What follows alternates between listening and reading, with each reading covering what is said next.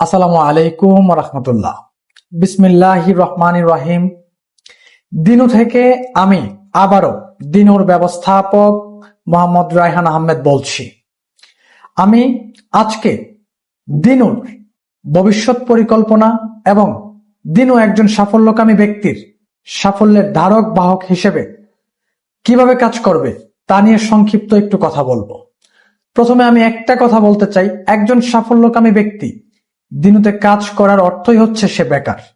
একজন বেকারের অর্থ যোগান এবং একজন বেকারের চাহিদা পূরণের একমাত্র মাধ্যম হচ্ছে দিনু। দিনুতে যখন একজন ব্যক্তি কাজ করবে অবশ্যই সে তার বেকারত্ব থেকে মুক্তি পাবে। অর্থাৎ DINU কে আমরা দিনুতে রূপান্তর করেছি।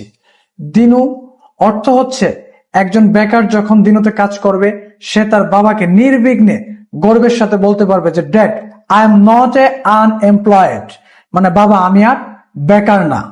আমাদের দিনুর ফুল স্পেলিং হচ্ছে dad I am not unemployed, বাবা আমি আর বেকার না। দিনু একজন সাফল্যকামী ব্যক্তির সফলতার ধারক বাহক হিসেবে এই জন্যই কাজ করবে, কারণ একজন বেকার তার হয়তোবা ক্যাপিটাল নাই, হয়তোবা তার পারিবারিক সাপোর্ট, হয়তোবা তার কোনোভাবে কোনো বিজনেসের অভিজ্ঞতাও তার নাই। সবকিছু মিলায় একজন বেকার যখন 3-4টা সমস্যাকে ফেস করে সে তার জীবন যুদ্ধে মানে নিজেকে পরাজিত হিসাবে ঘোষণা করে, ওই অবস্থান থেকে দিনু ওই সমস্ত সকল সাফল্যকামী ব্যক্তিদের প্রোটেস্ট করবে ইনশাআল্লাহ।